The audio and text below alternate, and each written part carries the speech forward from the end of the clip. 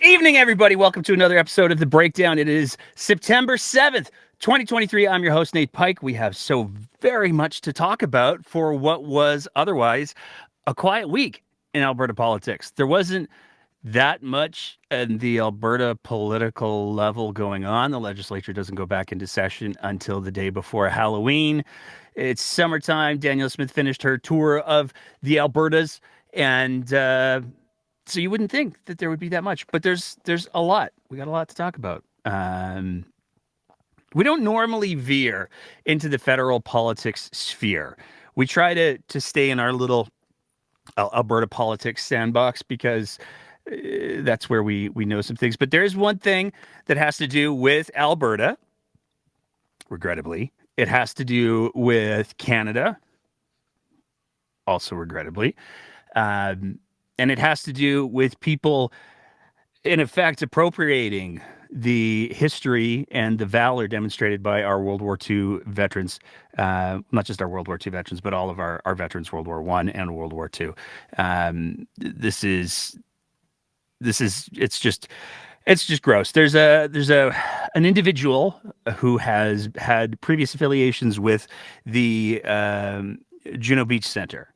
And one of the things that has come out of the convoy is that this individual has tried to leverage their previous history with the Juno Beach Center to give them and their anti-vaccine, pro-convoy, insurrectionist views validity. The Twitter handle even references it, and it's super gross. That's just the bottom line. Anybody who thinks that the people who were the argument that we hear about the convoy, they couldn't have been terrorists. They were running around in bouncy castles and having barbecues. Well, if they couldn't have been terrorists because of the bouncy castles and the barbecues, guess what? They couldn't have been freedom fighters either.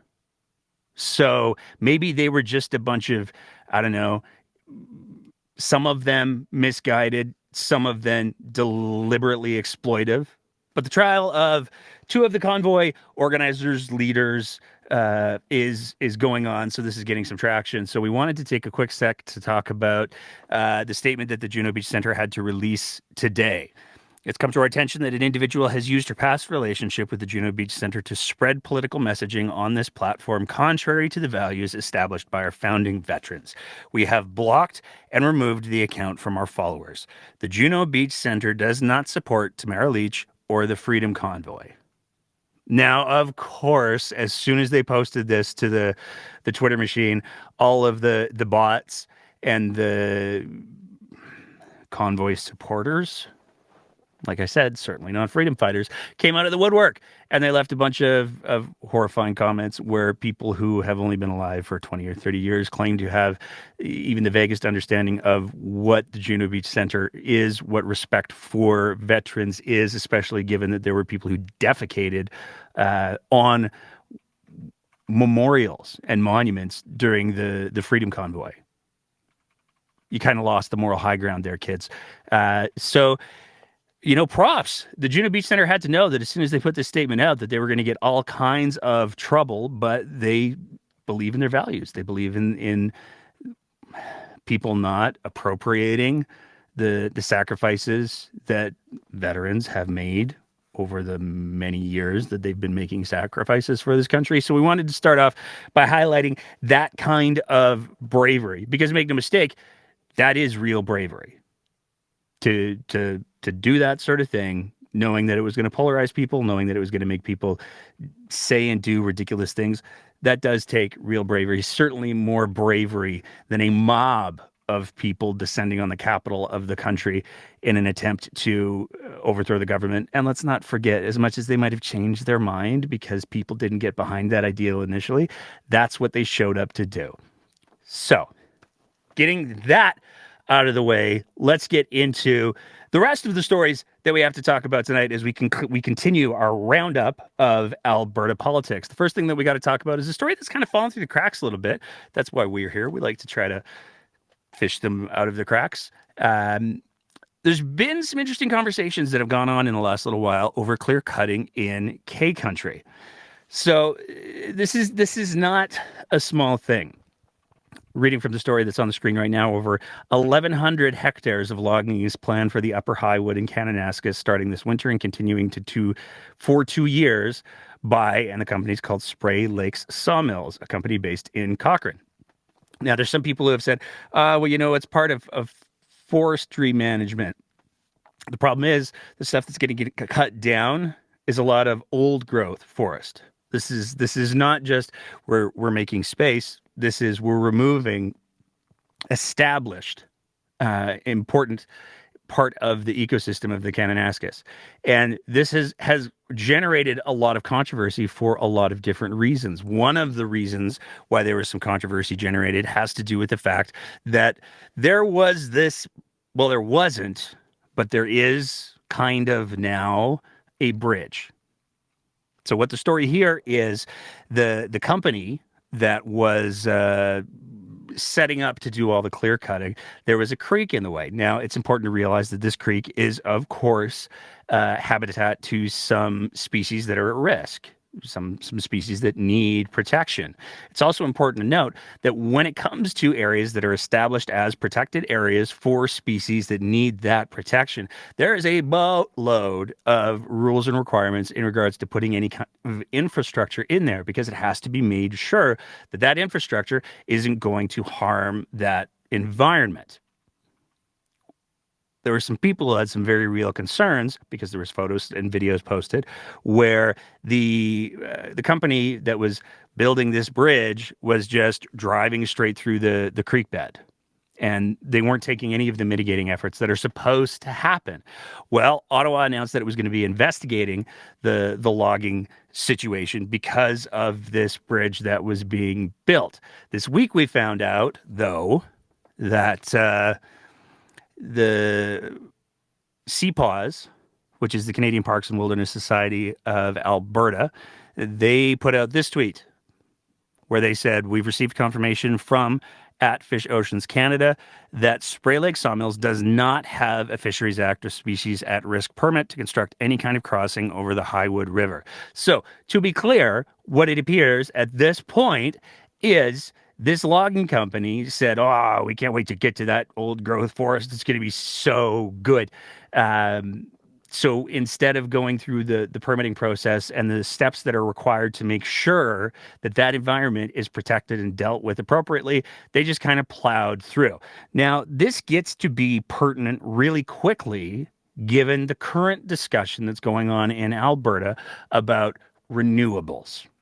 For anybody who's been listening to the show for any length of time, Danielle Smith announced beginning of August, I think it was August 3rd, that, hey, you know what, that all that renewable development, there's so many people, literally so many people who want to build renewable power generation in Alberta that the government office, one of the government offices that approves these programs, they're overwhelmed. Plus, they've got some questions about making sure that people put money up front to make sure that any sites are remediated.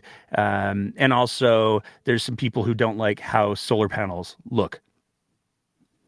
And wind farms. They don't like how those things look. That's the justification that's been offered up for why renewable energy development in Alberta had to be paused for 7 months. Now, it's a pretty weak justification, especially given the people who requested it have changed at least 3 times during the course of this debacle. Initially, Danielle Smith came out and said, "Hey, you know what? It was the AUMA and the AESO, two of the regulatory bodies involved in approving these energy projects. They requested it. Look, we got the letters that say they requested it." And then people read the letters and said, "No, that's not what it says. They didn't request anything here. They acknowledged that this was what you were going to do, but they didn't request it." And then she was like, "You know what? It's the RMAs, the rural municipalities of Alberta. They requested it so hard that they put forward 2 motions to ensure that there was a pause." And then people went and read the motions and said, "No, that's not what happened either. There's no request for the motions." And in fact, the president of the RMA came out and said on the Ryan Jesperson show, "Yeah, no, we didn't ask for the pause." And then when the mainstream media picked up the story, they took a look and the the Globe and Mail asked the president the same thing, and they said, "Yeah, no, we definitely didn't ask for a pause." So all of the people that Danielle Smith has said asked for the pause didn't actually ask for the pause. So it's a shit show. But the moral of the story is the justification is our pristine views. We have to protect our environment, the areas that are vulnerable, the arable land, the agriculture. We got to protect it. It's got to be protected. But we have seen almost no comment from the provincial government or acknowledgement from the provincial government on the fact that here's a logging company that's got permission from the provincial government to do all of this logging. They've already broken a boatload of rules. They've already violated a protected habitat, it appears. And absolutely nobody is saying anything about that because it's not presumably related to oil and gas, which is really, really unfortunate. Because the reality is, this is an environmentally sensitive area. And when you have a company that early on in its program seems to be demonstrating a willful disregard for its impact on the environment, that's something that people need to take very seriously. So this is definitely something that we're going to be, excuse me, we're going to be following for the next little bit for sure.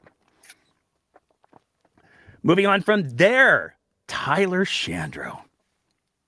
It's been a while since we got to talk about Tyler, but today was his this week saw his very big day in not court, but a law association hearing, law society hearing. So some of you might remember Tyler Shandro's been in a little bit of hot water for a little bit of a while because he did some things when he was Minister of Health. And he had a hearing, but the hearing went on so long that they had to schedule a third day for the final arguments. Well, the final arguments were this week. It's worth remembering. I mean, the headline here is a little bit on the light side because his defense lawyer said that it was what Shandro did was the equivalent of jaywalking. Well, when you're jaywalking, worst case scenario, assuming nobody gets hurt, you're messing up traffic maybe a little bit. Maybe you're not messing up traffic at all. The reality is that when we're talking about Shandro's shenanigans, he did a lot more than that. So the first complaint had to do with the fact that he showed up to a physician's door. Kids are playing basketball outside. Shandro shows up at the physician's door with his wife and then berates this physician because of a meme that was posted about an alleged conflict of interest because Tyler Shandro's wife runs a private health insurance company and Tyler Shandro was at the time the health minister. So that's not a great look on the best of days. Well, rather than ignore the silly internet meme like most adults would, Tyler Shandro went to this doctor's house and then said a bunch of things. That's not great behavior from somebody who's a minister of the crown. And it's definitely not great behavior from somebody who works professionally as a lawyer. He also, and this has been acknowledged, it's been confirmed by the Alberta Health Services, so I don't even have to use the alleged here. He did obtain two doctors' phone numbers. An Alberta Health Services privacy official had testified in that hearing that she found AHS breached privacy legislation by providing the phone numbers to the minister. So they broke the rules to give the phone numbers to two doctors so that Shandro could call them after hours. Abuse of power certainly seems to be. Abuse of authority certainly seems to be. Abuse of position certainly seems to be. That's the allegations. And then the third count against Shandy is his wife received an email from somebody who was quite upset saying, hey, you know what? Shandro, he might say that it's not a conflict of interest, and the ethics commissioner might say that it's not a conflict of interest. But to me, this is still a betrayal, and I consider it to be a conflict of interest. I always will. I'm paraphrasing quite a bit there, but that's the bones of what was raised in the email. So that email was sent to Tyler Shandro's wife, but the response came from bearing in mind there's supposed to be a complete division between the company that was sent to and Tyler Shandro, the minister.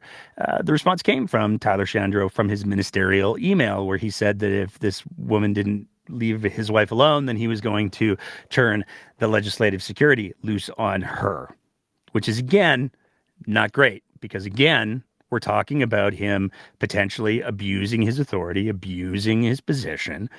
So it's a little bit different than just jaywalking. Now, everybody's wondering, when do we get to find out what's going to happen to Shandy? Lots of rumors circulating. Some people saying he might run for office again. Who knows? But we got to wait a while. The Law Society has 90 days before they have to turn in a ruling, a verdict, a decision.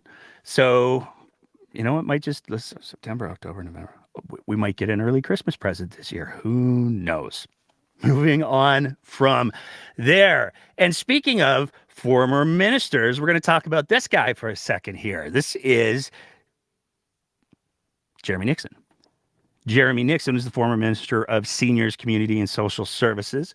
He was originally the parliamentary secretary after the 2019 election, but he lost that gig.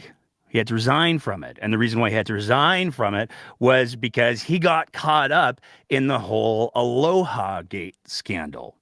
He was one of the UCP MLAs and staffers. He was an MLA, obviously, who traveled to Hawaii the year that the provincial government before Christmas was like, hey, you know what? Stay away from your family. You got to isolate, which was good health advice at the time based on the information that we had available. Let's be clear about that.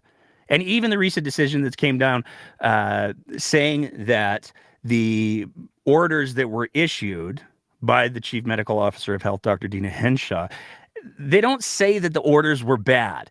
What they say was the process for issuing those orders wasn't followed because Dr. Dina Henshaw did whatever it was that she was told by Minister Shandro, Jason Kenney, and the government.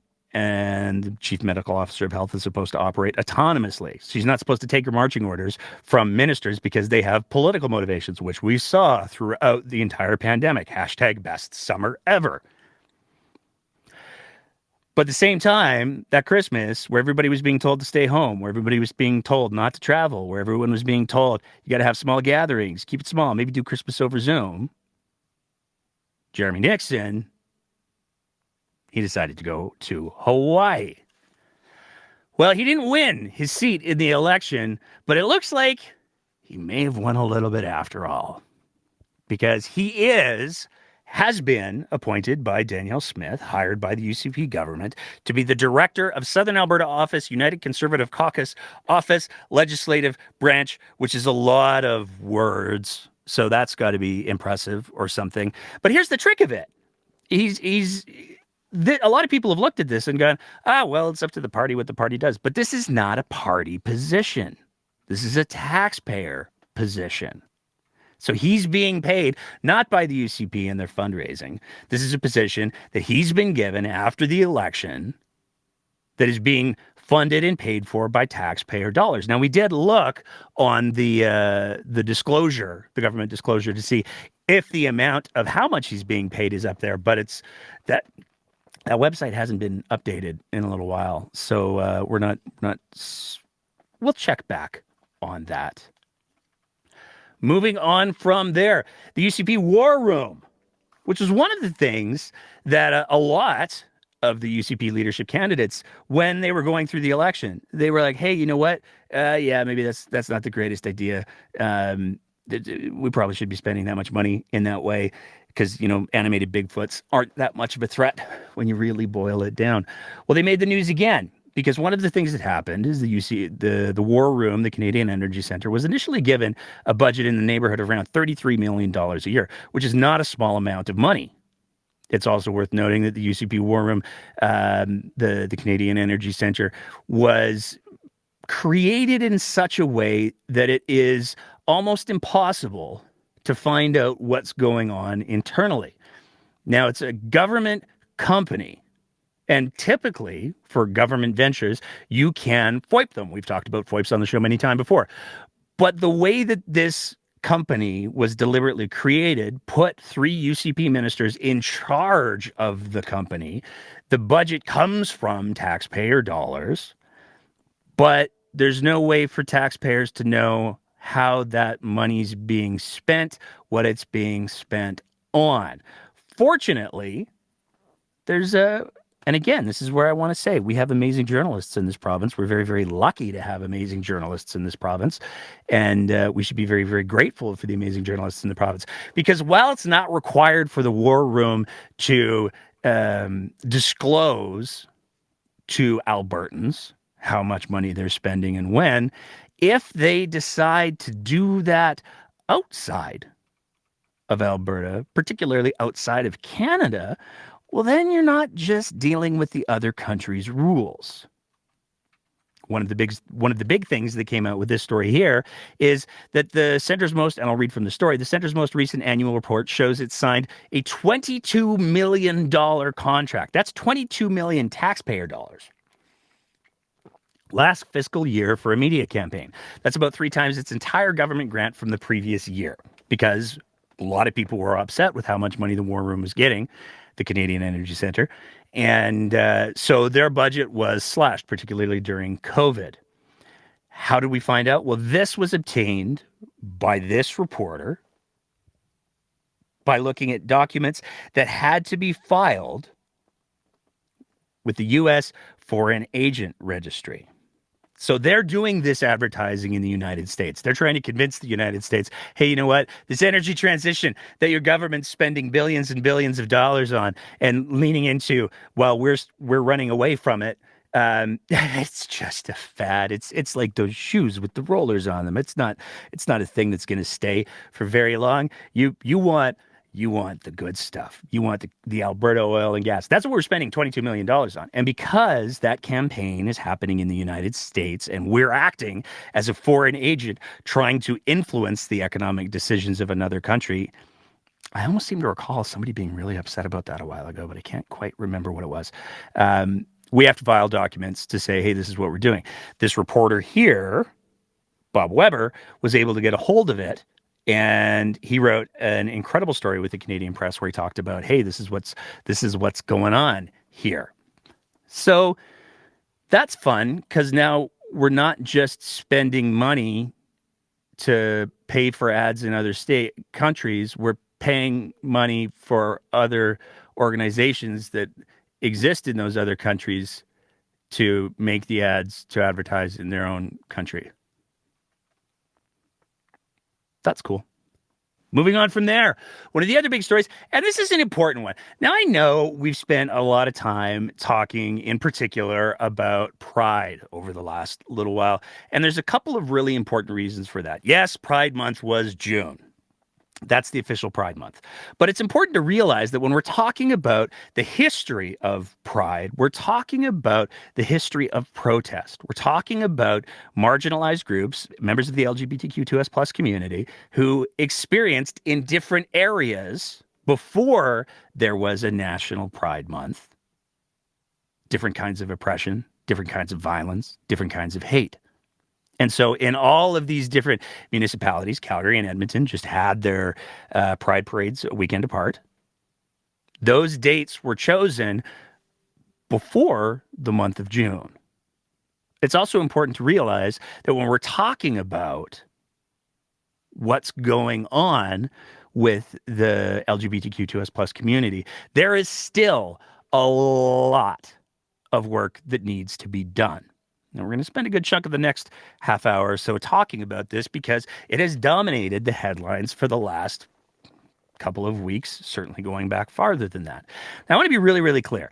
Recognition, and it's been said before, I'm not being creative. I don't get to claim to be the smart one on this, but it's been said before many times that recognition isn't a pie. So by saying to someone, hey, you matter, that doesn't mean that the person who didn't hear it immediately after that doesn't matter, especially if the person who matters started with reason feeling like they don't matter. As I've said many times on the show before, I'm pretty much peak privilege. I'm a middle-aged white guy. So I don't have very much to be afraid of at all. I am not in any way wounded or offended or what about me? What about I want some recognition when people talk about the importance of recognizing any group that isn't middle-aged white guys. Because the reality is, if we're talking about Indigenous and First Nations people, they've had to deal with a whole lot of oppression that I've ever had to deal with in my life. They still are. When we're talking about the LGBTQ2S plus community, they are still the targets of an appalling amount of hatred. I don't deal with that. I mean, every once in a while, I get into a little Twitter fight with someone, an X fight, whatever. But that's the extent of my oppression. And I'm air quoting the hell out of that for anyone who's listening to the audio version of this. So it's really important to highlight that. Saying to a group that has been oppressed, hey, you know what? You do matter, isn't diminishing anybody else. But for some reason, there's a lot of people who feel like, if we do too much, there's too much humanizing of people. There's too much making people feel accepted. There's just too much of it. For some reason, people feel that way. But the good news, bad news, is that in a recent poll, and this is from a story in Global News, in a recent poll, 78% of Canadians say that transgender people should be protected from discrimination. Now, they did a bunch of other categories in this poll, and there's some good news. Overwhelmingly, the majority of people that were involved in this poll expressed support for the LGBTQ2S plus community. They believe that the LGBTQ2S plus community shouldn't be dealing with oppression. They shouldn't be targeted with hate. And in the rest of the country, most people will speak up. In Alberta, we're kind of stuck on suck. And that's one of the reasons why we're including this and some of the other stories that we're going to talk about tonight. Because one of the things that this poll found is Albertans are the most likely to say they would not speak up against homophobia or transphobia online. And it's 68% of people.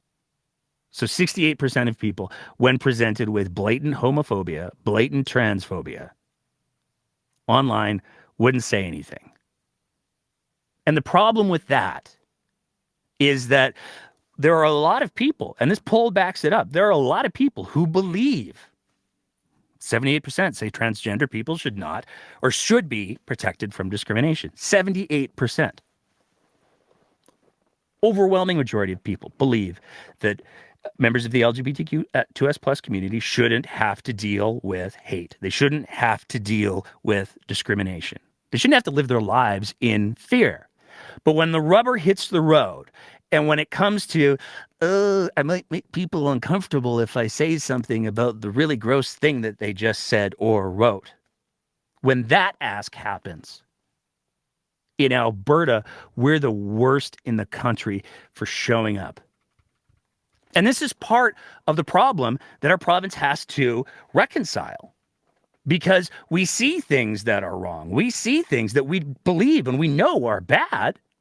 But instead of saying, not on my watch, you don't, we're afraid. And that's incredibly atypical of how Albertans imagine themselves.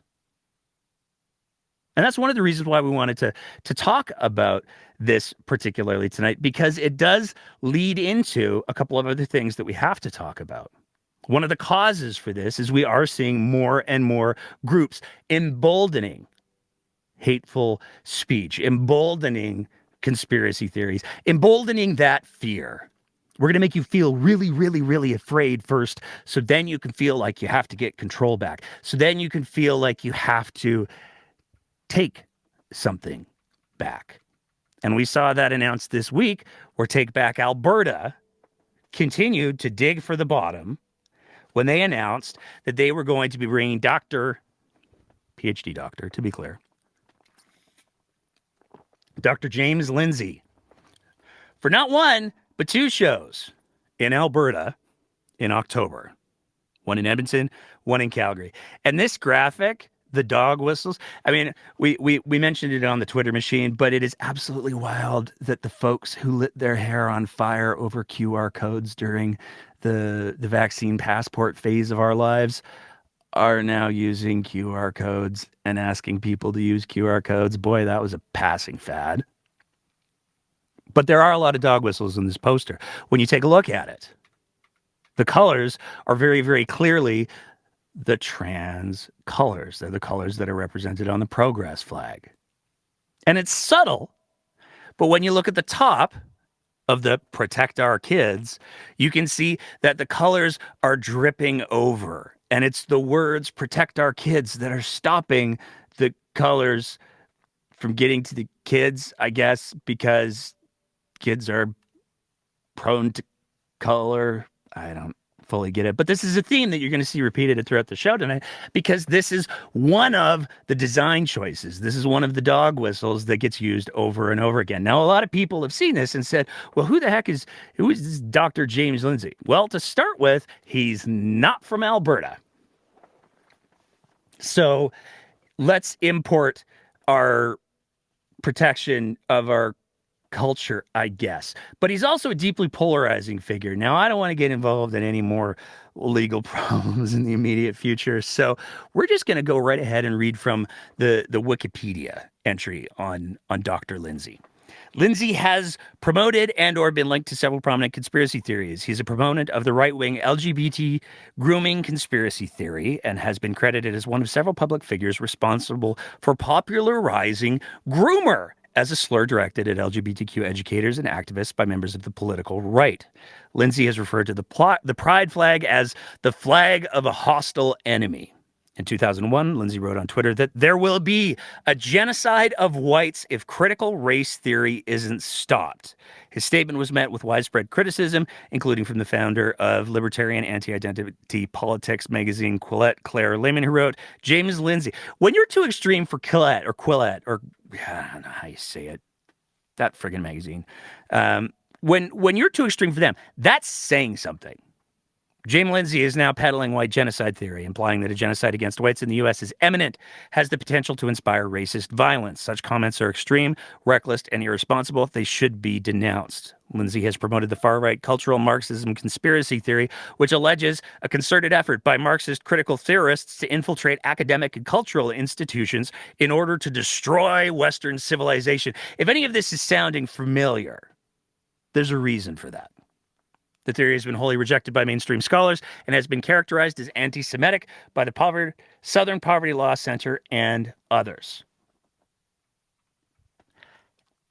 If any of that sounds familiar, it's probably because you've spent some time on TBA, Take Back Alberta leader David Parker's Twitter space or his social media, or you've heard any of his speeches, because that is basically where the leader of Take Back Alberta, David Parker, seems to be getting almost all of his ideas from. It's as if an original thought is just out of grasp. So instead, he's whipping people up and making them afraid and angry by importing the very worst, some might say, of the American culture wars. This is why speaking out is so important, because as we're going to find out in our next story, when people speak out, when people say, that's not cool, things can actually happen. Which brings us to LaGrange. Now, it needs to be highlighted here that when we're talking about this LaGrange, as tempting as it is to go, it's Adriana LaGrange, it's not. It is somebody who is like distant cousins through marriage. Why is it always cousins when it comes to the homophobes? I don't get it. But it's somebody who's a distant cousin by marriage to the current Minister of Health, Adriana LaGrange. And to Adriana LaGrange's credit, threw up in my mouth just a little bit there. To Adriana LaGrange's credit, she did issue a statement condemning what we're going to talk about. So I want to get that out of the way first. But then let's talk about what it was that happened. So all of this comes out of a social media post that Monique LaGrange posted. She's got some fascinating social media. Don't worry, we're going to get into that. This is the post, and I want to throw it out there. I should probably throw a warning. There's some Nazi stuff that's going to happen in the next few minutes. There's no getting around it because, unfortunately, this school board trustee decided to go down the Nazi road.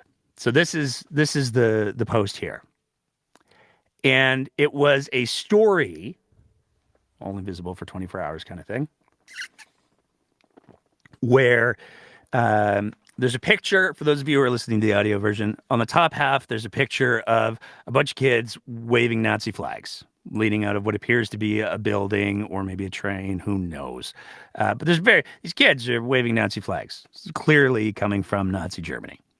On the bottom half of the picture is a bunch of kids waving pride flags. And the caption that this Catholic school board trustee included with this is brainwashing is brainwashing. Now, there's a lot to unpack there.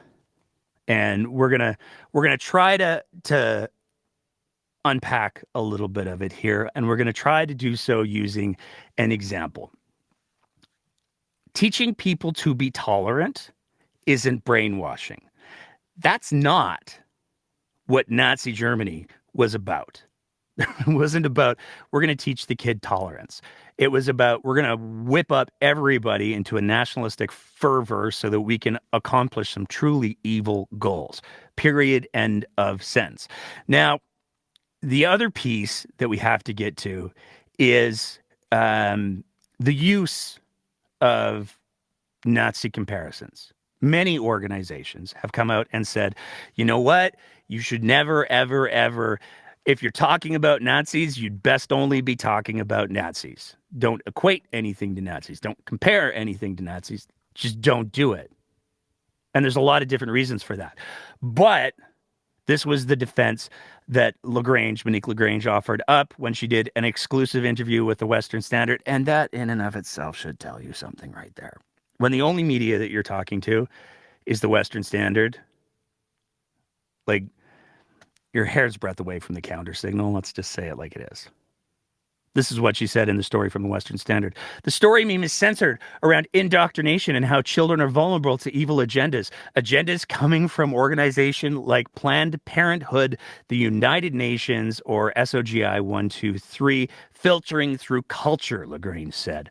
This meme is not comparing or attacking the LGBTQ community. It is about protecting our children and keeping parents as the primary educators. So you see, what she was trying to do, she wasn't trying to invoke the Nazi thing. She was trying to talk about indoctrination. And if that was true on any possible level, then what we're about to show you could not, in any universe, be considered offensive by anyone. So let's just explore, as a thought exercise tonight, let's just explore what that might look like. Because we came up with this. Women crossing their arms are women crossing their arms. And here we've included a picture of two women crossing their arms. The point that we're trying to make here, we could argue, if we were being insincere and entirely disrespectful to our veterans, to the victims of the Holocaust, to the victims of the Nazi war machine. The point that we're trying to make here, if we're going to be disrespectful to all of that and history, is that, you know what, sometimes women just cross their arms. And really what we're trying to do here is we're just trying to talk about sometimes women just want to be comfortable and nobody should judge you for that. And that's a perfectly reasonable sounding argument, as long as you're willing to ignore that the picture includes two women, one of which is Monique LaGrange, the other one is Eva Braun. All of a sudden, as soon as you include that background context, as soon as you include that additional information, this picture, which, to be clear, we're including as satire to drive the point home, you should never, ever, ever compare anything but Nazis to Nazis. Because no matter what your intent might be, you are invoking one of the darkest periods in history. And that's not something that you can do and just go like, Oh, la, la, la. I was talking about the WEF or the United Nations or Planned Parenthood. That's not something that anybody should be doing. World War II and the Holocaust and the Nazi period in history is one of the darkest periods in history for a lot of different groups. And for anyone to include pictures of swastikas while they're trying to make a point, the Nazi swastika, to be clear, while they're trying to make some sort of social or political point, has lost the plot. You'll notice we didn't include any swastikas in that picture. But this is a Catholic school board trustee, and she's trying to say, hey, you know what? It's all good. This was just the thing that I was trying to say because kids shouldn't be indoctrinated, all the while putting this out onto social media. And again, this is another one of those instances where if you want to think the dumb thing, think the dumb thing. You're allowed to think the dumb thing. But when you cross the line from thinking the dumb thing to saying it out loud, to putting it out into the ether, to putting it on your Instagram stories or your Thread stories or your Facebook stories or whatever, when you cross that line, because you want other people to know that you thought the dumb thing, that comes with consequences. And it should. Because by invoking and comparing children who are supporting inclusivity, who are supporting moving away from oppression to Nazis, to make that comparison in any way is profoundly ignorant. But to do that from a position of leadership as a school board trustee generates real harm, because all you have to do is think about any kid or any parent of any kid who maybe decided, hey, you know what? I'm going to let my kid take part in Pride stuff this year. And maybe they have a picture of their kid waving a Pride flag. Maybe they have one of their kids is LGBTQ2S+. And here is a school board trustee throwing it out to the ether. Hey, you know what? It's just like the Nazis. Indoctrination is indoctrination, except being acceptable, practicing acceptance, practicing inclusivity isn't indoctrination. It's just being a decent human being. But as the kids say, F-A-F-O. Because there were a lot of developments over the week in regards to this situation. First of all, Red Deer Catholic School put together a special board meeting where they said, wow, this is pretty bad. We should do something about this. And in the course of that meeting, it sounds like there was some drama, because not only did the current chair step down, but the Red Deer Catholic School Board issued a news release. And in that news release, they were very, very clear. Red Deer Catholic Regional Schools convened a special board meeting today on Tuesday, so this was September 5th, 2023, to discuss the trustee code of conduct matter-related procedures and next steps to further to trustee Monique LaGrange's social media post at or around August 30th, 2023. An additional motion was also passed for the Board of Trustees to write to the Minister of Education as to the dismissal of trustee LaGrange. So, to be crystal clear, out of that board meeting, a required majority of the trustees said, yeah, this is way too far. This crosses all of the bridges. It's totally unacceptable. So we're going to ask the Minister of Education to get rid of her, because the Minister of Education is the only person who has that power. That's a pretty big deal. And that comes directly because of the outrage that was expressed towards this mentality. But it didn't stop there. One of the other organizations that is involved with the Catholic school boards is the Alberta Catholic School Trustees Association. And they're sort of if you imagine all of the different Catholic schools across the province as being their own little entities. The Alberta Catholic School Trustees Association is the place where each Catholic school board sends a representative, and then they talk about all of the things that all of the Catholic schools across the all the Catholic school boards across the province should be doing. They issued a statement as well today. And that statement didn't pull any punches either. So this statement comes from Harry Sam, who's the president. As the president of ACSTA, all of these acronyms, make it a little bit more flowy, is all I'm saying. I am publicly confirming that our board voted today to remove trustee Monique LaGrange from her position as director of the Provincial Association for the remainder of her current term. Our Catholic schools love all students as gifts from God, made in his image, irrespective of their sexual orientation and gender expression. Separate school boards are committed to providing a welcoming, caring, respectful, and safe learning environment that respects diversity and fosters a sense of belonging. In accordance with Section 33 of the Education Act, Trustee LaGrange's social media post was unbecoming of an ACSTA director. Removing a representative from our board is not a decision we take lightly, and Red Deer Catholic Regional Schools is invited to select a replacement director to represent them. Given the manner in which the previous director's post has the potential to undermine the charitable learning environment offered by the Alberta's Catholic school system, we consider this to be the most appropriate response. And let's be clear, it absolutely is. That's some leadership.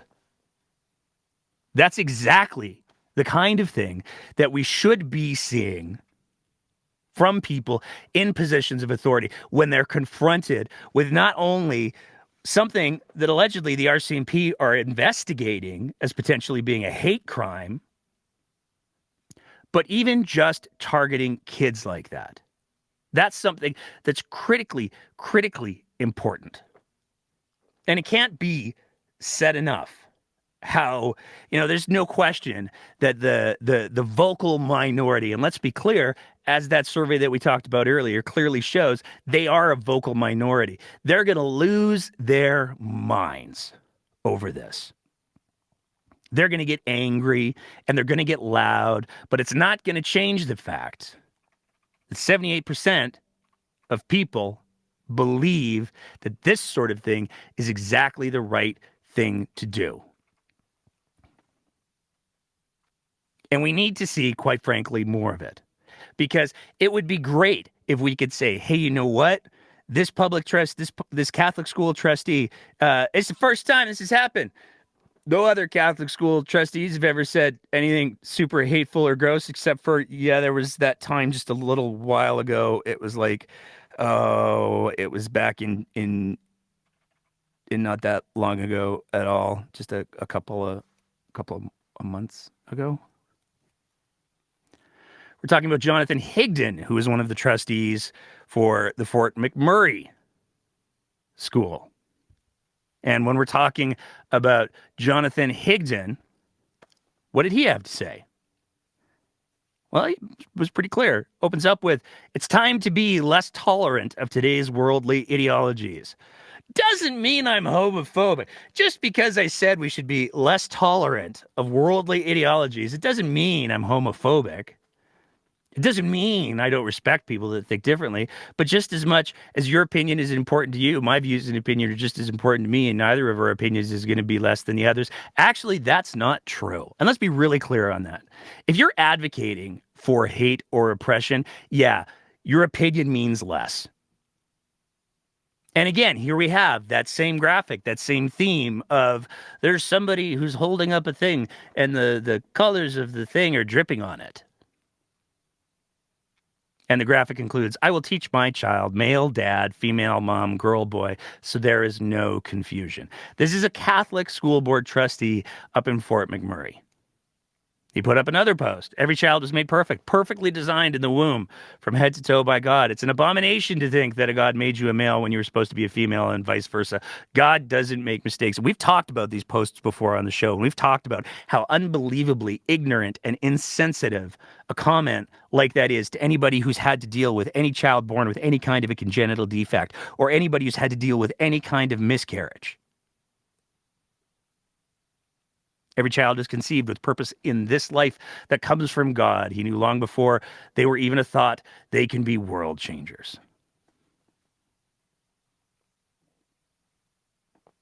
Now, I want to take a quick second just to highlight the irony, the gross irony of the fact that we have all of these individuals, that we have Monique LaGrange invoking Nazism to try to compare it to teaching kids about inclusivity, about tolerance. Because one of the groups that the Nazis targeted, one of the groups that the Nazis moved into their death camps were the LGBTQ2S plus community. So if anybody is aligning with that kind of ideology, it's certainly not the kids holding the Pride Progress flags.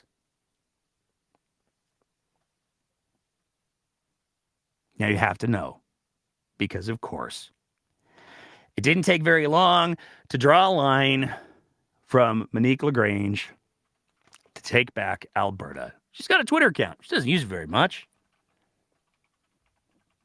But the last tweet that she threw up was from the beginning of the year. She retweeted one of the leaders of Take Back Alberta,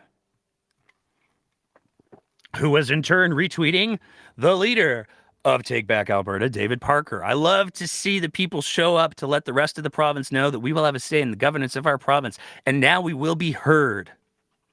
David Parker, the people of Bonnyville are ready to fight for their freedoms. Are you? It's worth noting, there was a recent report this week that came out that ranked Canada as being second in the world. Period. We're the second best country in the world. We were beat by the Swiss, but they have really good chocolate. So what are you going to do?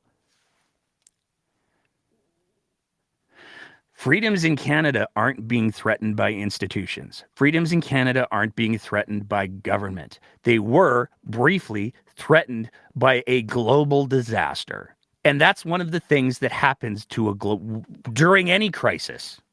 You can say, I've got a freedom to be in my house, but if you are staying in your house when your house is on fire, you're an idiot, and you'd better believe the firefighters are going to do everything they can to drag you out of there. Circumstances change what those freedoms look like, and that's actually built into the Charter of Rights and Freedoms.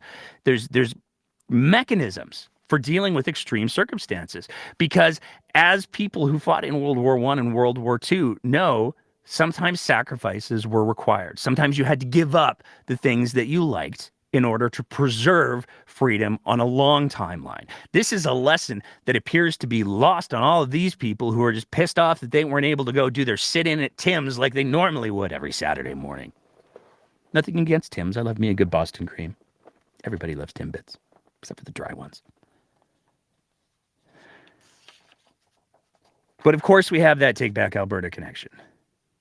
And there have been a lot of people who popped on social media to talk about Monique LaGrange and the fact that she is very much, she's not just like a little religious. She's like, she believes God talks to her directly religious, and name. History is littered with people who believe God talks directly to them, and the outcomes are never usually great. What you have to know, of course, it gets worse. It always does. Because it turns out the trustee thing, that's Monique's side hustle. She does a few other things. Let's talk about some of these other things that she does for a quick second. She owns a clothing company, because of course she does. It's called Wisdom's Closet, which is their jokes just write themselves. But she's got a clothing line for Jesus. I wish I was making this up. And you know, there's some people like, they like themselves. They wear a cross. I think that there's a lot of questions to be asked about, like, I don't know, to riff on one of my heroes, Bill Hicks. I have a feeling that you know, if Jesus ever does come back, a cross is probably going to be one of the last things that he wants to see. But you know, if you want to do that, that's cool. And there's lots of people who wear clothing that reflects their faith. Nothing wrong with that. But Monique here takes it a bit farther. She doesn't just love Jesus. She doesn't just like Jesus. She's obsessed with Jesus. And this is the launch of her clothing company. I'm going to read this because it just like I had to read it a bunch of times, so y'all have to hear it too because I had to read it. So here we go. Today is the day that we team up and partner with Jesus to use his word to change atmospheres throughout the world. I am designing custom t-shirts and apparel with words from Jesus Christ on them. They are Holy Spirit inspired, prayed over, and these t-shirts are a revelation from God. Grab yours today. Get obsessed with Jesus. I just You know, here's the thing with this. I get that there are people who define themselves, who have identity. I have punk rock tattoos because I love the punk rock. I don't try to make everybody around me listen to the punk rock that I listened to in the 80s and 90s and early aughts. My kids many times have said, "Could you turn that off in the car?" And I'm okay with that. I don't ever claim though that any of the merch that I've bought over the years or anything like that is a revelation of any kind. It's a t-shirt. That's all. And that's okay. Sometimes a t-shirt is nice. Sometimes a t-shirt can be a little bit funny. Sometimes it can be a little satirical. But to claim that a t-shirt is a revelation from God, I have a pretty strong hunch. You can't say that every single T-shirt's a revelation from God when you're using the words "obsessed with Jesus," because we did a search and that phrase doesn't exist anywhere in the Bible. So now we're just making up our own stuff, I guess. But I'm going to use this as an opportunity for a little bit of a plug. But don't worry, shortly we're going to be opening up the floor for our open mic, and we got a couple other quick little things that we want to touch on real quick. But if we've been teasing this for a while. Monique's got merch. Guess what? So do we now. It's not a revelation from God that we had some people ask. They wanted like coffee mugs, they wanted t-shirts, and I don't have the time.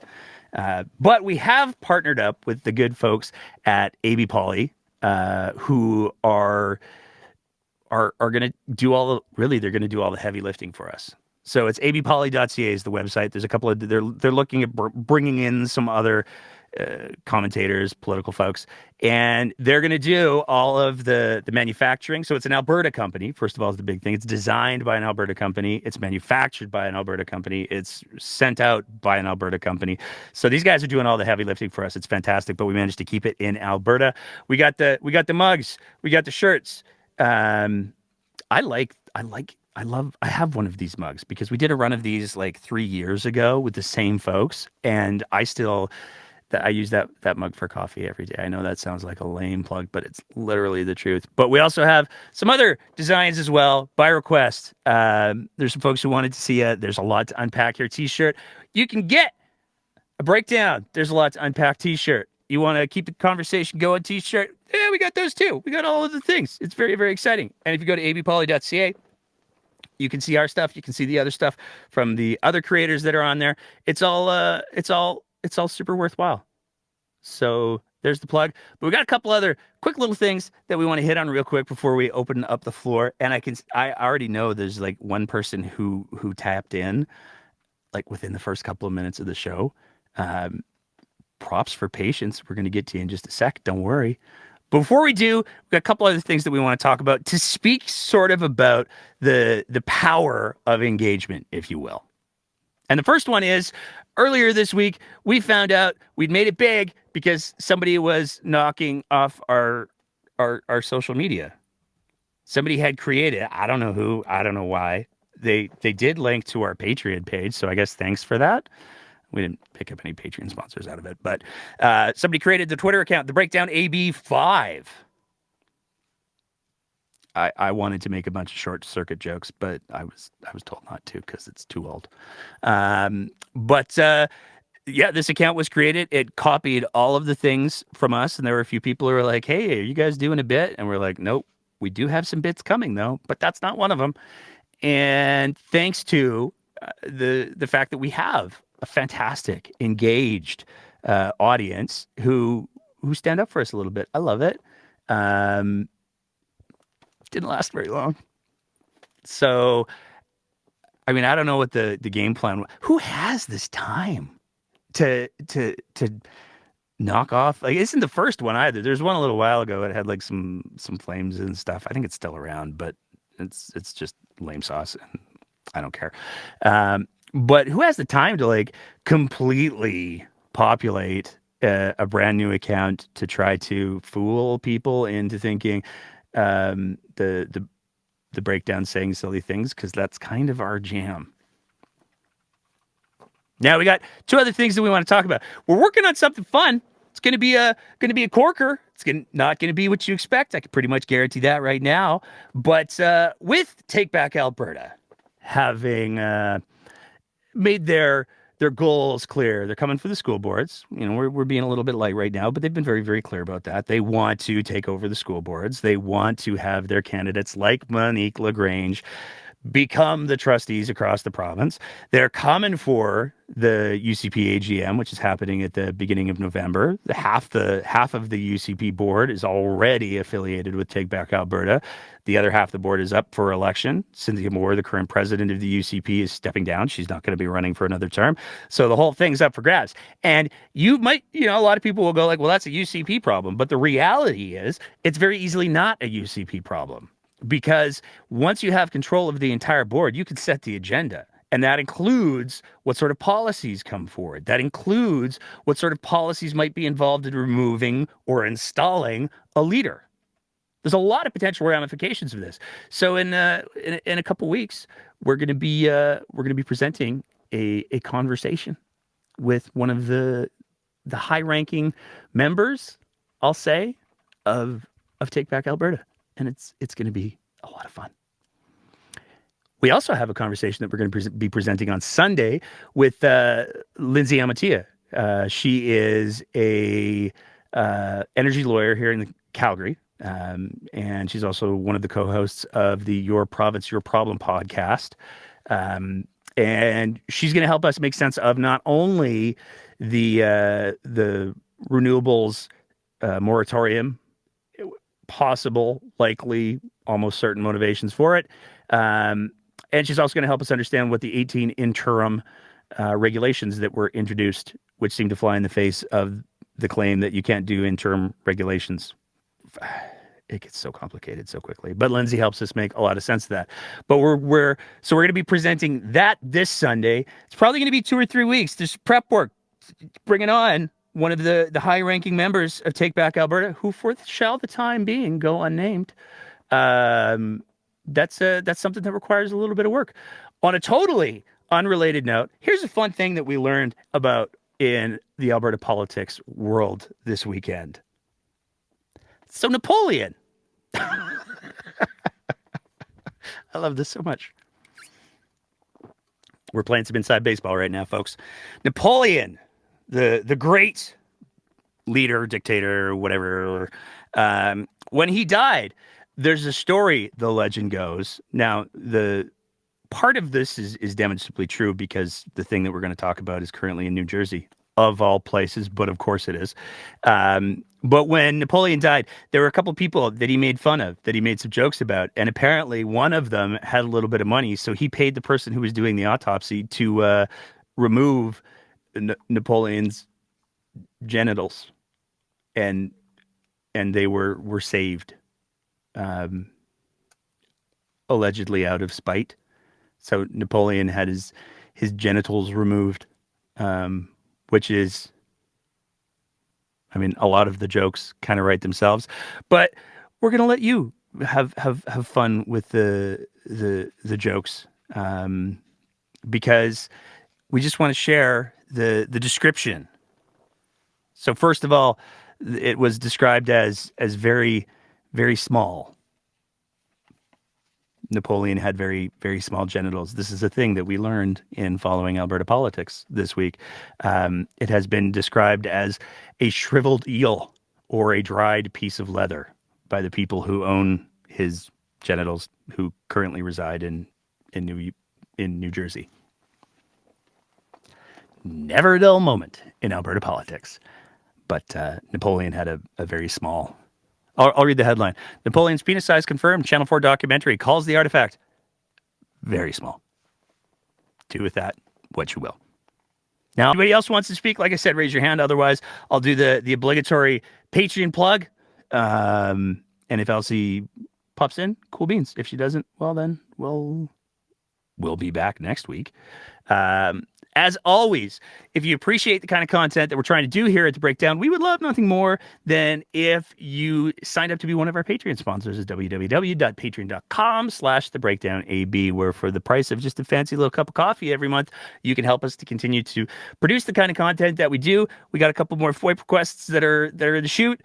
Looking forward to report back on those. And also, as always, like I said, if you go to abpoly.ca, you can pick up a fine coffee mug. And I'm just speaking from my own personal experience. It's totally subjective. There's no empirical evidence for it, but it just makes everything. The coffee mugs, just no matter what you put in it, it just makes everything taste better. I don't know why. Plus, you can walk around with one of the shirts and really, really annoy your favorite politician. So wear a breakdown shirt to a meeting with your MLA. Take a picture. We will share the hell out of that on our social media. Looks like Elsie may have fallen asleep. That's fair. I drew drone. But we have Cassandra coming in, so we're going to bring Cassandra in and see what's going on with her. Cassandra's a regular caller, I'm going to say. What's going on, Cassandra? I was worried because I had to update and then it wasn't like registering and I don't know. So can you hear me? I can hear you just fine. And in fact, I'm even going to take the Napoleon's penis article off of the screen for this part of the show. I don't mind if it's there. So, it's funny because I was listening to the whole show and everything you talked about. It made me think about my dad, the man that raised me. He he was a war veteran. He was a veteran of the Second World War, and he was also a veteran of the Korean War. He was in the Navy for the Second World War, and what they did was they convoyed. So the warships from the U.S. that would go over, they would convoy as protectors of those warships to basically take them across over to Europe to fight the Nazis, and that's what my dad did. And he's seen, I grew up with somebody that had strong PTSD. But because of what he's seen in war, he became an anti-war protester. The other thing he did later in his life is he became a logger. And because of what he saw logging, he became an environmental activist. I love the turns that this is taking. This is fantastic. What was that? I love the turns that this is taking. This is fantastic. And, it's, when I listen to this, like I know what my dad would say about these people. I know what he used to say. Like Pierre Poilievre was first elected about 2 years before my father passed. And he couldn't stand him. I can't even say the words he used to call him. And he couldn't stand what had become. He wasn't a conservative, but he couldn't stand what had become of them when the Reform Party merged, because to him, it was everything that he fought against. And, he was also raised Catholic. But he was very accepting of everybody, including LGBTQ plus folks. And, the only thing, and, when we're talking about indoctrination, I'll tell you what, the Catholic Church indoctrinated him because he was very accepting of everybody. Like I said, he was the most accepting human I know. But because of what he was drilled into him from a young age, the one thing that he just couldn't wrap his head around gay marriage. And it went right back to Catholic teachings. That's indoctrination. Like that was purely indoctrination. That had nothing to do with who he was as a human being, because as I said, he was accepting of all people, but it was what was indoctrinated. That's indoctrination right there. And so I wanted to make a statement about indoctrination in regards to that. But also, he would not have agreed with anything that's going on right now, whether it be with the LGBTQ plus community, whether it was the Indigenous community or any other community, because to him, that is everything he fought against. He fought so people, not just in Canada, but around the world, could live their lives and be who they are without being admonished or stepped on or put down or hurt or harmed. He believed that people were allowed to be who they were, and it wasn't for us to judge, and it wasn't for us to tell them how they should be or who they should be. And those were the ideals that he fought for. And if he, like, honestly, I'm sure he was rolling in his grave. He was also, by the way, a truck driver and a teamster. And when I knew, like, he was probably just screaming from his grave, watching the Freedom Convoy going on about, we're fighting for the truckers, because he would have been like, what the F are you talking about? Like it and desecrating those monuments would have been very upsetting for him, because, and not because of what he sacrificed, but what he saw others sacrifice, and firsthand, that caused him to have the PTSD he did, that caused him to become an anti-war activist and fight against things that would bring us to war. And the other thing he used to do, and I want to get to the logger part, is he used to drive us around, and we'd go on road trips all the time, all over BC and Alberta, and he would always point out the clear cutting, and he would use that as a teaching lesson to teach us, about the damage that clear cutting does. And one of the things we did, like, I was 10 when he signed up the whole family, we all became members of the Canadian Wilderness Committee. And the main fight at the time was to fight to save the Stein Valley watershed. And the Stein Valley watershed is a watershed that is vital to many communities, like the Chilcotin people, the different bands up in the Lillooet area. The Stein Valley watershed is essential to all their way of life for thousands of years, and to their livelihood, and just supporting people. And when we're talking about renewables and carbon capture, what drives me nuts is, this is the BC is the second largest rainforest in the entire world. It is one of the Earth's lungs. And when you clear cut, and then when what we've seen with climate change and the heats, like in that area last year, it was hotter than the hottest place in the hottest desert in the world. And it burned. And it burned all the undergrowth, and it burned everything down. And it threatened that watershed. And it threatened it again this year. The watershed that we saved. And that ecosystem in there, everybody remembers, like, immediately after those major fires up there, they had major floods. And so the greatest carbon capture system, like, there's nothing we can man-make that is efficient at carbon capture as a rainforest, or even like the bogs up north and all the peat, another amazing carbon capture system. But it's also, and so when it rains, all that vegetation soaks up all the water, and that's why you don't see flooding in BC, like you do in Alberta when that kind of rain comes down. It's because it all soaks it up. And when that was gone, it just eroded everything. And then it becomes just this vicious cycle, because then one thing feeds off the other.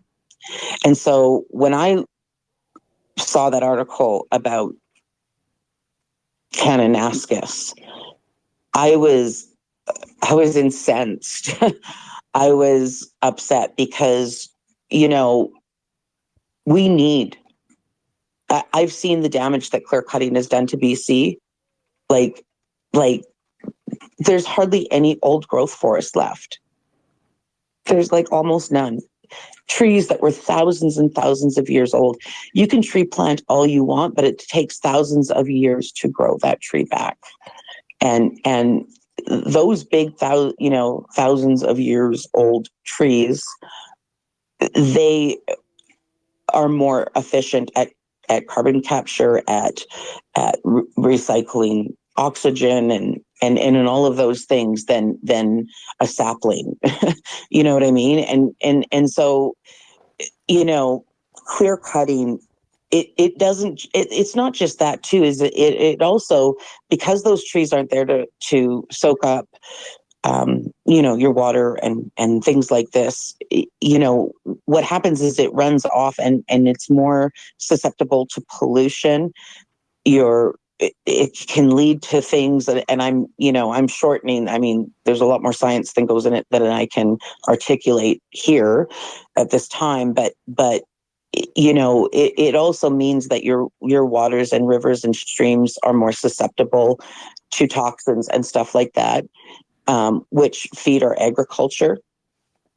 And, whether it's the ranchers having water for their cattle to drink, or growing crops, or whatever it is, these things are essential. They work together and they're essential. So it just outrages me. And I won't even go on. I blasted Danielle Smith's office this week over the phone about the whole renewable thing, and I will go on for another hour if you let me on that. So I won't do that one.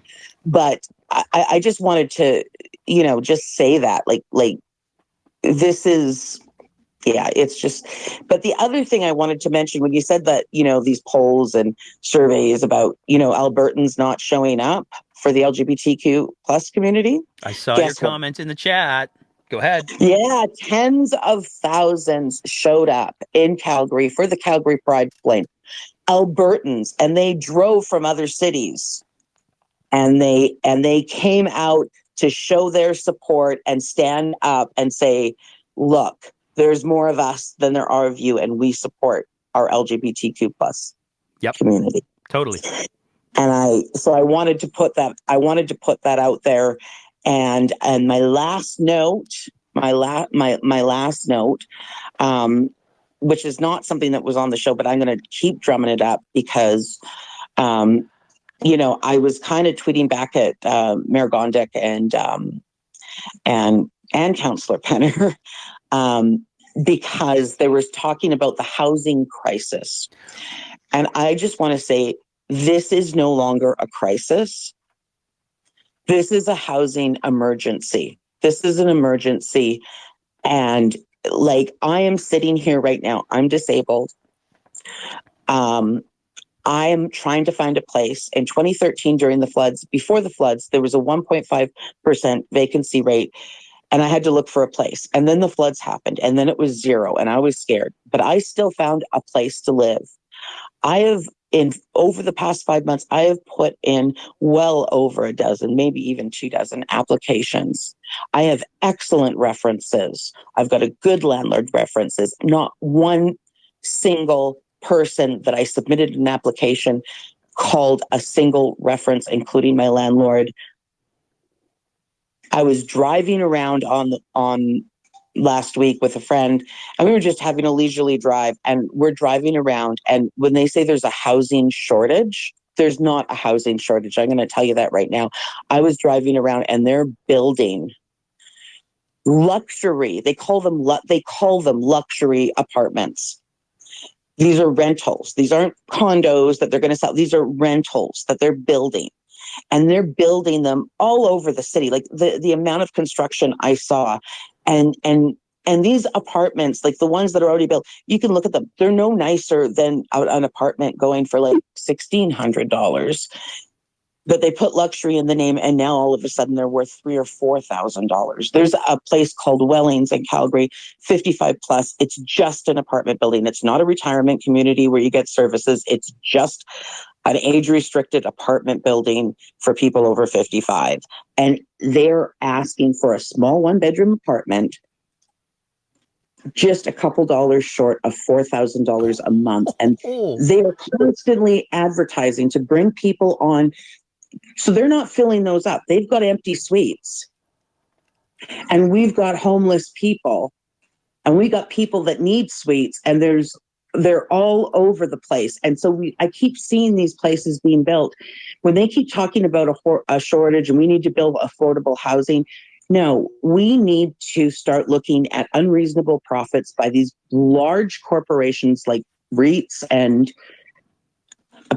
investment funds, pension that are buying up. They're even outbidding smaller people, like people that are trying to buy individual houses, and they're buying up that real estate and outbidding them.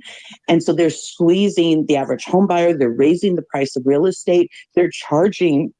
My friend Anne Landry, which I've mentioned before, she, her organization did a breakdown, or she got it from somebody else. I can't remember who, but they did a breakdown based on Main Street and Boardwalk rates, and an analysis of what the cost to run an individual's, like what their overhead is to run an individual suite versus how much profit they're making off of each individual suite. And it is outrageous. Housing is a basic human right, just like food and water. And, we're in an emergency, not because there's a shortage of housing. It's because of a lack of political will at all levels of government to put in proper rent controls, to limit, like nobody's against anybody making a profit, but we need to start limiting unreasonable profit. Well, I'll tell you, I mean, we saw this week the announcement of the lawsuit that's going on against the city of Edmonton, where they're literally suing on behalf of the houseless population, saying people should be, housing is a right. People should be able to be safe. We're seeing increased numbers in the houseless and the homeless population of people who are getting in serious environmental injuries resulting in amputations and things like that. And even in the conversation that we had with the BC harm reduction advocate that we had on just a week and a half ago, there are solutions, but they do. I think you hit the nail on the head. They do absolutely require political will. And I want you to know, we talked about this last week. It is not something that we have dropped. It is a huge and complex issue. So we're trying to make sure that when we have that conversation, it's going to be a bigger than usual episode. We're going to try to bring out a bunch of different voices to the table, and try to make that happen in the way that it should be, because it's not something that we want to do a bad job of. So rest assured we are. No, and I agree, and I appreciate that. I'm just, I need to stand on my soapbox because I'm literally somebody that should not. I've been living in the same place for 7 years. I should not be facing homelessness in less than 30 days, which is where I'm at right now. And I am. And so I'm just going to and you might hear me talk about it again while you're leading up to doing it, because I cannot get off my soapbox on this one. It is outrageous. Yeah. And that's all I have to say. Well, thank you so much, Cassandra. And yeah, no, I want to be really clear that it's not a ball that we've dropped. It's a big, heavy, complex ball, and we just want to make sure that we don't do a garbage job of carrying it, I guess. I have full confidence in you, Nate. You, I know you like to go on about how you're not a journalist and blah, blah, blah, but you do better journalism than a lot of people that call themselves journalists these days. And I have never seen you do a bad job at covering anything, so I'm not worried. Well, that's spectacularly kind. Thank you. And I would just like to say, I think that the problem is not. I don't think that we do spectacularly great work here at the show. I think the problem is that there are a lot of people who represent themselves as journalists when they're just worse hacks than we are. But that being said, I'm going to bring in another speaker here because we got somebody new. Chris, I have a little tiny screen, so it's just Chris B ellipsis. What's going on tonight, Chris? Hey, thanks for having me on. First time caller, first time listener, but been loving your Twitter. Oh, thanks, man. Yeah, so actually, Cassandra kind of segued into my point that I wanted to make, which was what I was thinking of when you both from your Twitter and what we were just talking about. Monique Lagrange and the Western Standard, how we both said the same thing. I made it. I said something similar earlier. It was, oh, of course she's on the Western Standard. It was that sense of like, oh, hey, she's of course, of all the places she's going to, talk to, it's them, right? And it made me think, well, of course it is. We've been seeing this before. If you look at, for example, just earlier this week, Rebecca Schultz and Rebel Media, the little microphone, the mic was.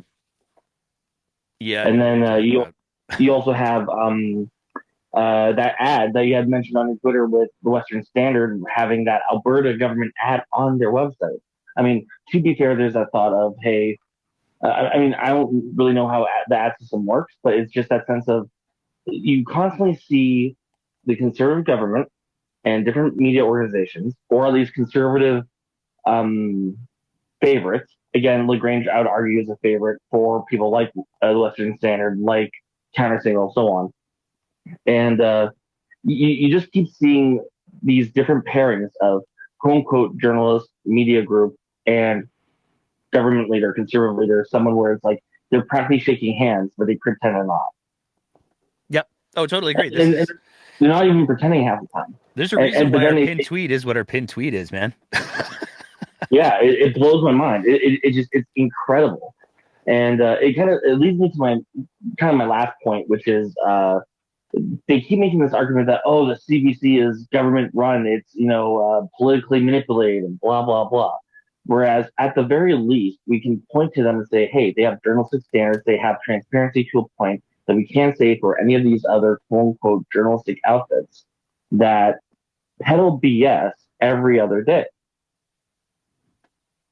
Yeah, I'm a big fan of the CBC, and I go back to the idea, and we talked about this on the show before, but I go back to the idea that the airwaves are a public space. There's a reason why you license, if you're broadcasting on traditional airwaves, why you had to license them. Radio stations have to get licenses because they're using that public space. Now, the internet has changed a lot of that because now any hack with a webcam and a brick background can pontificate for an hour and a half, but that doesn't change the fact that I think that, and that's one of the things that we're very, very dedicated to on the show is we do commentary, we do try to have these conversations, but we also like to make jokes, and we're not journalists, and we shouldn't.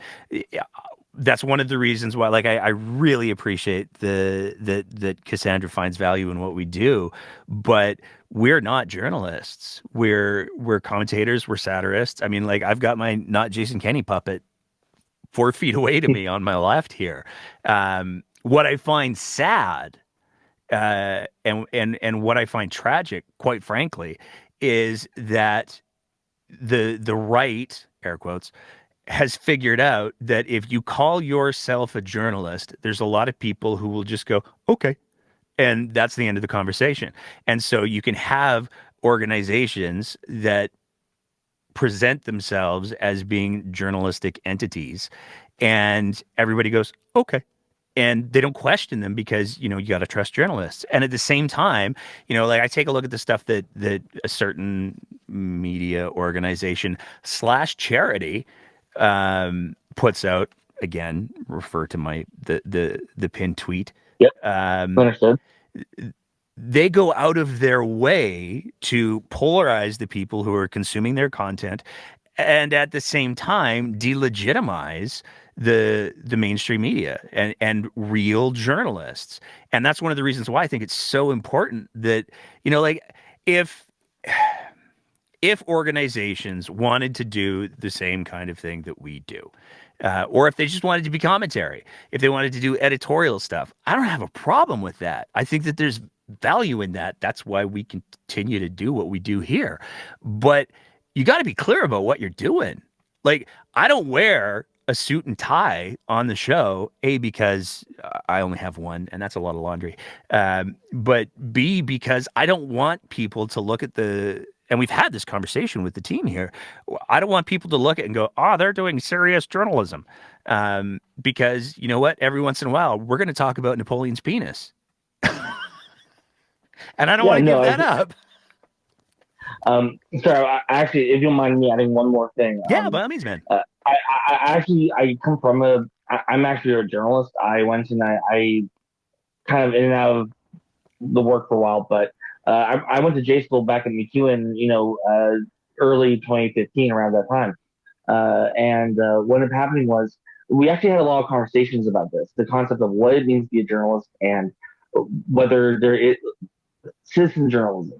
Basically, the idea is that if we, say, oh, citizens can't be journalists, this, citizen journalism thing isn't real, then we end up losing out on actual serious reporting by people who may not be classically trained or may not have, gone through the same educational aspects as someone like me has. But at the same time, they're still, following the story. They're still reporting accurately. They're still, they're doing their work. And so we kind of had that debate back and forth throughout my time, when I went to J school. And it's still kind of a discussion now. And I think the problem is it comes to a matter of honesty. Are you reporting on something accurately, factually, or are you trying to push a narrative? And, there's kind of a saying in journalism where you say, it's not your job to report on whether, this person says it's raining and that person says it's raining. It's your job to go outside and check if it's raining. Exactly. There's that sense of you have to be honest with your reporting. And so you see these, different groups and they're not. They go and they say, like, okay, here's a headline from a group I'm not going to mention. They say, oh, Notley blames climate change for wildfires while RCMP is looking for arsonists. What they don't say in actual, until you read the story, is this is an arsonist from a case back in April and May, not related to the fires that have been happening all summer. Exactly. And that's the thing. I think that there's, I would argue from my personal standpoint, and I probably have to put the disclaimer in that I'm speaking for myself and not for the whole team here, because otherwise I'm going to get some texts as soon as I get off the air. But I would argue that, if you're following a topic, if you're trying to inform people, I would say what we do here most of the time. We're just trying to be informed conversationalists. And I think that there's a big difference. There's no question. I just did like an hour on this school board trustee should go away for all of these reasons. I've got an agenda. There's no question about that. There are other members of the team who certainly have agendas. There's no question about that. But we try very hard to be transparent about that. We try very hard to make it clear, hey, we're not journalists. We're trying to have an informed conversation. And that's one of the reasons why these open mics with the is so important, because every once in a while we have somebody who pops in who has something that they want to say that is new information, is challenging. I think you hit the nail on the head. Is I would think that the breakdown is a group that is saying, hey, it's raining outside, and I think that there's a big difference. But and we looked out the window, but we didn't independently verify, go outside and confirm that it's raining, and that's one of the reasons why, again, I sing the praises of the journalists who are doing the work of journalism in this province, because if they didn't do what they do, so many of the conversations that we try to facilitate and engage in wouldn't be able to happen. And I think that that's so dangerous. But I think you're absolutely right as well. Like the misleading headlines, there is one of the big problems with citizen journalism, and to be in all fairness, to be full disclosure, I study journalism and broadcasting as well. That's one of the reasons why the delineation between what we do in journalism is so important to me. But I think one of the big delineations is you take a look at some news, online news, citizen journalism, rana. They're trying to make a model work that relies on subscription, that relies on we got to keep people fired up because that way they're going to keep coming back. And if we paywall a few things, then what they'll do is they'll pay us for it, and then we just got to keep getting them fired up and keep saying all of the things because that drives all of the revenue. So that's what we got to do. They're trying to take the failed model of, I hate using this term, but mainstream media, where the model was we'll put Friends on, we'll do some sitcoms, we'll pay some ads, and then we'll run the news, and then we'll run some local ads, and we'll try to make ends meet. And unfortunately, the disruption that came out of the internet is now you can't make ends meet anymore because you can do the advertising yourself and be online for way, way, way cheaper. And so I think that there's what we're seeing in some of these organizations that you and I are bleakly referencing is they've figured out that they can use that model, but in order for them to use that model, they have to keep people angry always. They have to keep people afraid always because otherwise there's no value. There's no what's the value proposition for signing up. And this is one of the reasons why we do things the way that we do things here. Like, what's the value proposition for being a Patreon supporter? We can pay for FOIPs and it gives you a warm, fuzzy feeling. That's it. We don't paywall anything because that's not, I don't think personally that is a way to facilitate conversations. So I wish that some of these organizations would just say, hey, we're hyperbolic. You should probably know that. It kind of goes back to that point, if it bleeds, it leads. That sense of we always have to try and enrage, and I mean, obviously that refers to crime and murder, but outrage, frustration. People want to hear drama, and I think that's where these groups tend to try and get their following and get their money. I would also argue, though, and looking at organizations like the one that we have in our pinned tweet, there is a very real value. And this is something that the right has figured out that the left hasn't. If I'm, I don't know, I'm just pulling this out of the ether, not connected to any events this week, but if I'm Rebecca Schultz and I decide, hey, I want to make sure that my message goes out undiluted. There's no context. If I do an interview with a real journalist, they might ask me some questions and I might have to answer. They could fact check me. Oh, crap. Maybe, though, if I have this other organization that I'm friendly with, and we certainly saw this with Danielle Smith all the way through the leadership race, if I have this other organization that I'm friends with, then they'll let me say all the batshit crazy things that I want to say, and I'll go uninterrupted. I'll go unfact checked. I can get away with all of that. And I think that there is a very strong argument to be made that the right have figured out, hey, if we have a media apparatus that some days we're being friendly with, and some days we're overtly coordinating with, we can get our message out to more people in the way that we want to. The left hasn't figured it out. The left, and I've said this before on the show, the left is so busy with the minutia and the purity tests and all of that they are not able to coordinate in such a way that they're able to match that apparatus that has a 15-year head start. I mean, I will always go back to the Take Back Alberta screen capture that we were sent and verified, where the leader of Take Back Alberta, David Parker, included in his comment about, hey, we're starting to make some progress on the narrative with these voting machines, and then included a story that was written by his wife, who works for True North. And the fact that there was so clearly message coordinating going on between Take Back Alberta and True North, whatever they are. That to me, that's that was one of the biggest mistakes that I think that David Parker has made, because it made it very, very clear that True North is in some capacity, whether it's at the highest levels or just at the level of reporting that his wife does, it is a machine to be used by people who have political goals, period. That's it. And I can't think of a media organization that is equivalent to True North, Western Standard, the Counter Signal, the Rebel.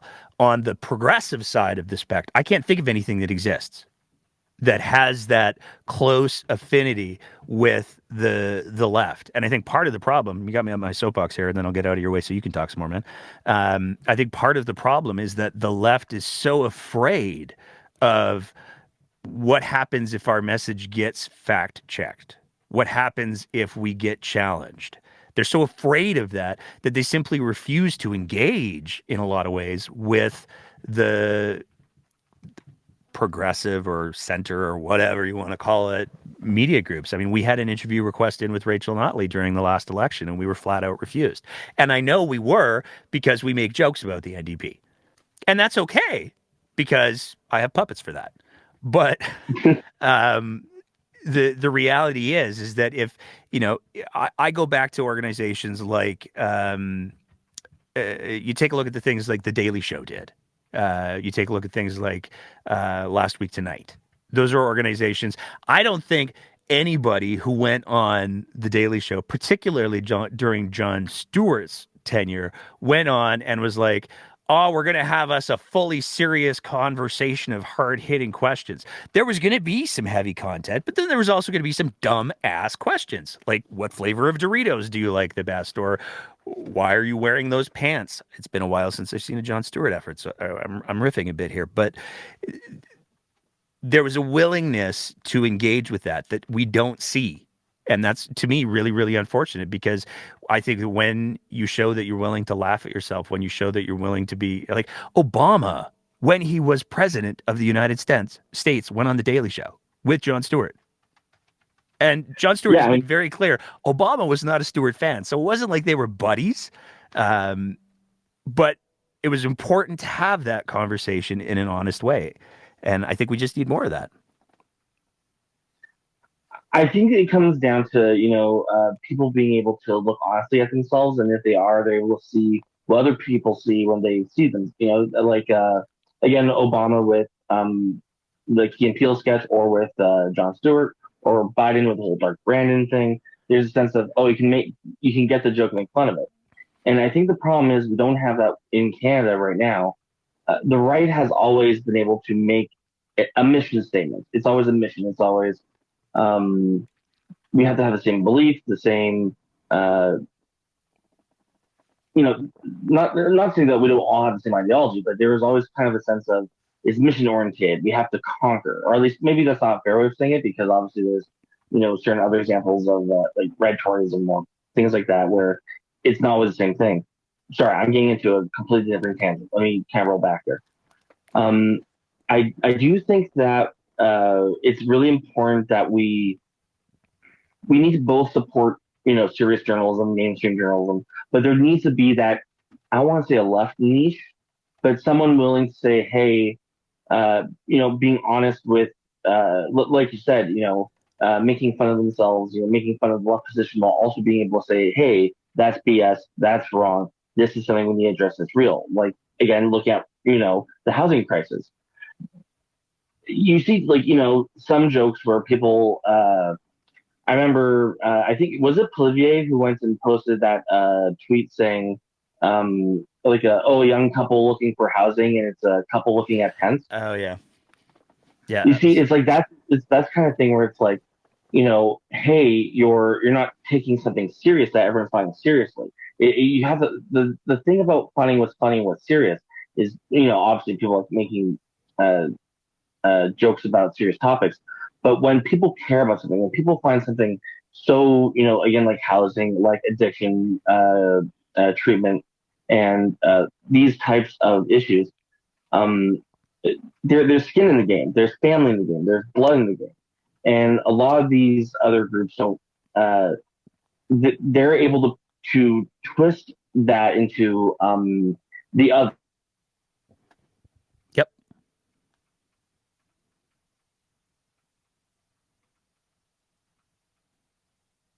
Oh, I think we might have lost Chris. Darn batteries.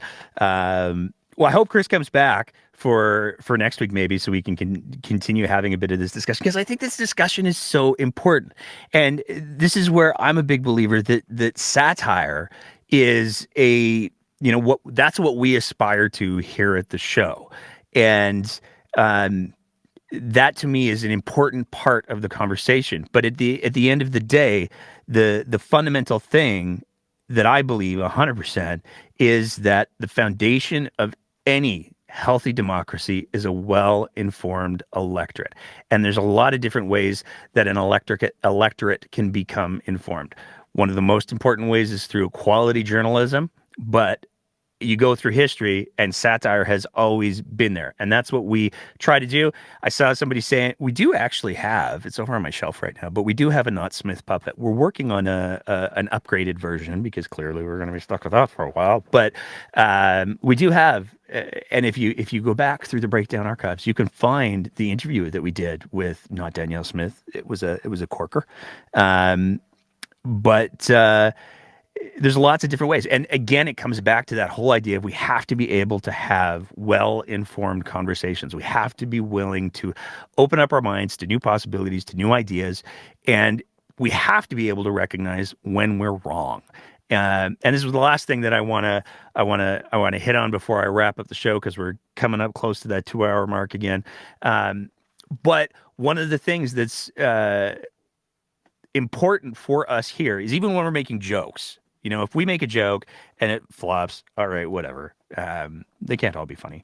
But if we make a joke about something and it's factually or demonstrably wrong, or if we hit on something and it's factually or demonstrably wrong, we try really hard to own that right out of the gates. And we had that happen this week. We pointed out that between Pride in Edmonton and Calgary, Danielle Smith, the United Conservative Party, and the United Conservative Caucus did not acknowledge either of those events. Now, when that was written, it was written with those specific things in mind. So the United Conservative Caucus has its own Facebook page. It has its own Twitter page. Danielle Smith has her own very well paid for Facebook page and Twitter page. And the United Conservative Party, same thing. But somebody brought it to our attention that there were 2 UCP MLAs who did, in fact, not only acknowledge Pride, but attended it in Calgary and Edmonton. And we didn't have any problem saying, okay, so there were 2.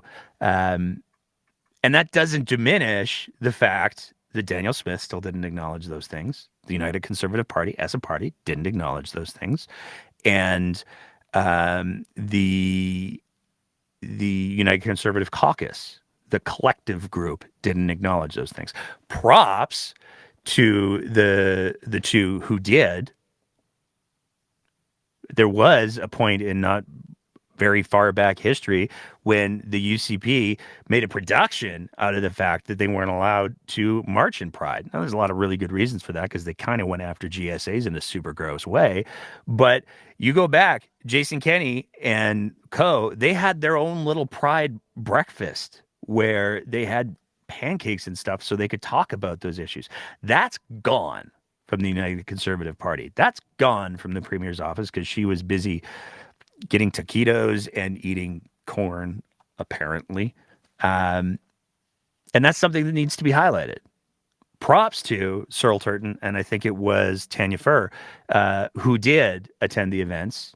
Props to them for being willing to risk the wrath of the David Parkers of the world for saying, hey, you know what? Being a decent human being, being accepting of people isn't a bad thing. It's not indoctrination. It's not anything other than just not being a dick. So, all of that being said, I want to say a big thank you to all of our speakers tonight. I want to say a big thank you to our chat. I just got to say, I have been jumping in and out of the chat tonight, and you guys are just so lovely. the little community that's going on in the chat is, boy, that's just so great.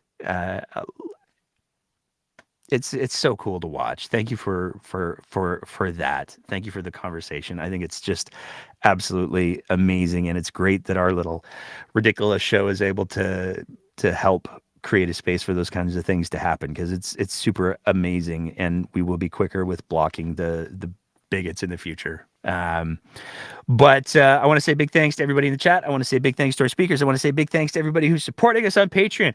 I've seen already, apparently, a few folks have already ordered a few of those shirts from abpoly.ca. I mean, they're pretty cool. All the cool kids are wearing. It's the latest in back to school fashion. Oh God. So yeah, if you want to have the coffee cup that makes everything taste better, even if it's not coffee, highly recommend it.